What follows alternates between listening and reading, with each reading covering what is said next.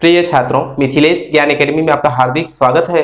आज हम लोग पढ़ेंगे प्रश्नावली 8.4 का प्रश्न क्रमांक 5 का छठवां भाग, जिसमें दिया है करड़ी में 1 प्लस साइन ए बटे 1 माइनस साइन ए बराबर सेक ए प्लस टेन ए। तो कुल मिलाकर सबसे पहले हम इस दिए गए क्वेश्चन को अपने हल में ज्यों का त्यों उतार लेंगे। अब इसके बाद इसका हम बायां पक्ष लेंगे, तो लिखेंगे यहाँ पर बायां पक्ष।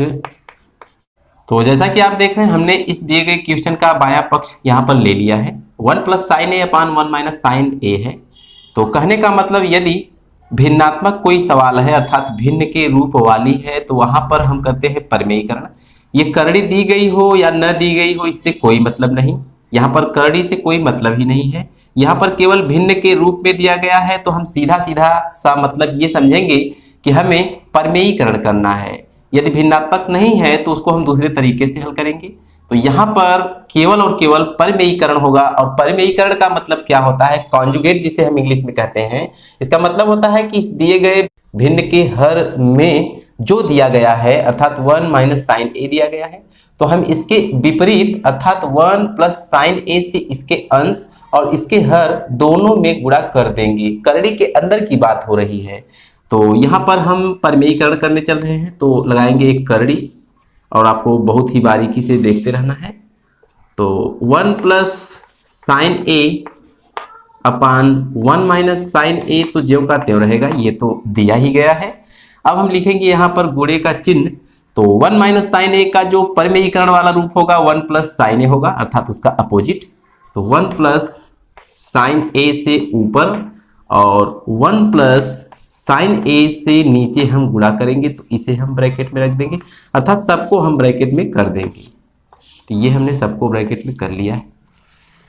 तो यहाँ पर आपको ध्यान देना है कि देखिए 1 प्लस साइन ए ऊपर 1 प्लस साइन ए ऊपर, तो गुणा का नियम आप जानते हैं कि जब भिन्न का भिन्न में गुणा होता है तो अंश का अंश में और हर का हर में गुणा किया जाता है। तो कुल मिलाकर हमको मिलेगा क्या? करड़ी के अंदर 1 प्लस साइन ए का 1 प्लस साइन ए में गुणा करेंगे तो हमको 1 प्लस साइन ए का होल स्क्वायर मिलेगा। कुछ इस प्रकार का हमको मिलेगा। क्यों? क्योंकि 1 प्लस साइन ए 1 प्लस साइन दोनों सेम राशियां हैं, तो दोनों की घात जुड़ जाएगी। एक घात इसकी, एक घात इसकी, दो घात इसकी हो जाएगी। और यहाँ पर देखिए 1 माइनस साइन ए इंटू 1 प्लस साइन ए है। तो हम जानते हैं, आगे लिखेंगे, चूंकि ए प्लस बी इंटू ए माइनस बी बराबर होता है ए स्क्वायर माइनस बी स्क्वायर। तो यहाँ पर कुछ इस प्रकार का फार्मूला इस्तेमाल किया जाएगा। तो ए के स्थान पर 1 है और बी के स्थान पर साइन ए है अर्थात 1 का वर्ग करेंगे तो 1 ही रह जाएगा।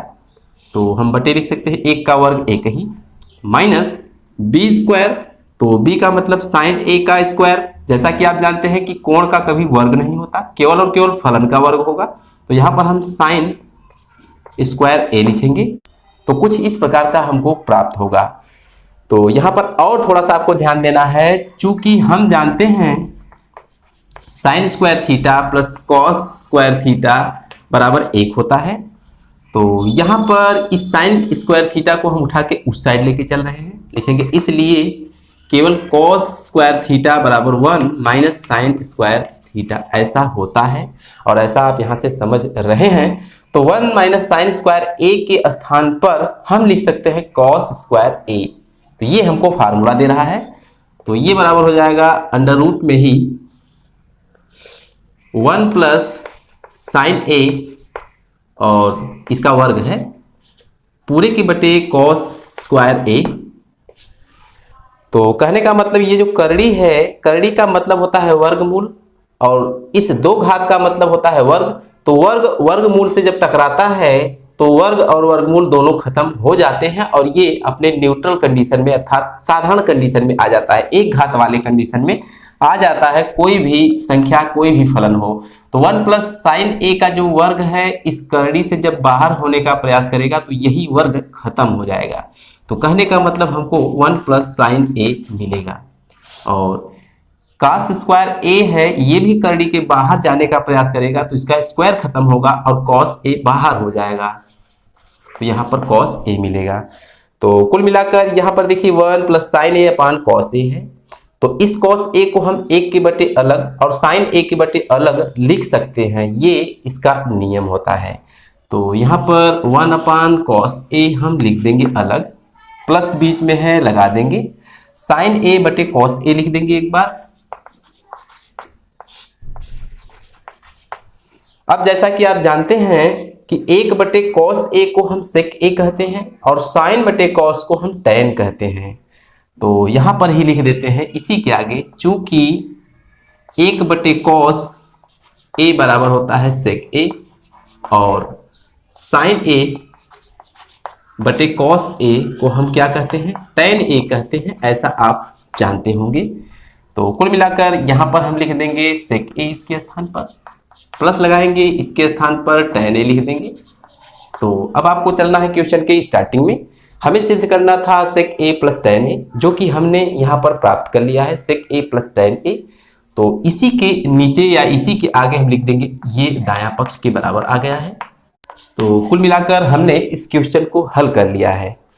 तो यही इस क्वेश्चन का पूरा हल है और मैं उम्मीद करता हूं कि आपको ये क्वेश्चन भली भांति समझ में आया होगा। तो आज की वीडियो में बस इतना ही, फिर मिलेंगे अगले क्वेश्चन के साथ अगली वीडियो में। तब तक के लिए धन्यवाद।